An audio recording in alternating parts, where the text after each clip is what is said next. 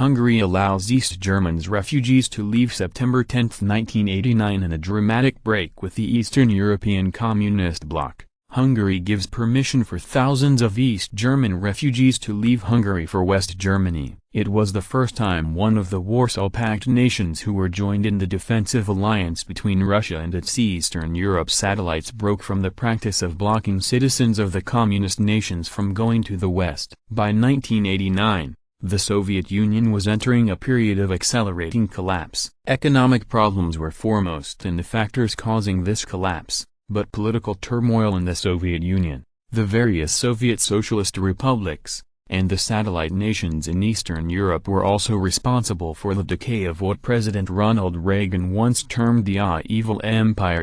In Hungary, a movement for greater democracy and economic freedom was gaining strength. Such forces were also alive in East Germany, but the communist government of that nation proved inflexible in dealing with the demands for change. In response, thousands of East Germans traveling as tourists began pouring into Hungary. As soon as they arrived, they declared that they would not return home. The East German refugees hoped to cross from Hungary into Austria and then into West Germany where, by law, they would be granted nearly instant citizenship. In the past, Hungary had refused to allow East Germans to proceed to Austria. Hungarian leaders now saw a danger, however, as Hungary moved toward a more democratic political system and free market economics. More and more refugees from other communist nations, not just East Germany, might pour into the country seeking refuge. Foreign Minister Gyula Horn declared, "Oh, we cannot become a country of refugee camps."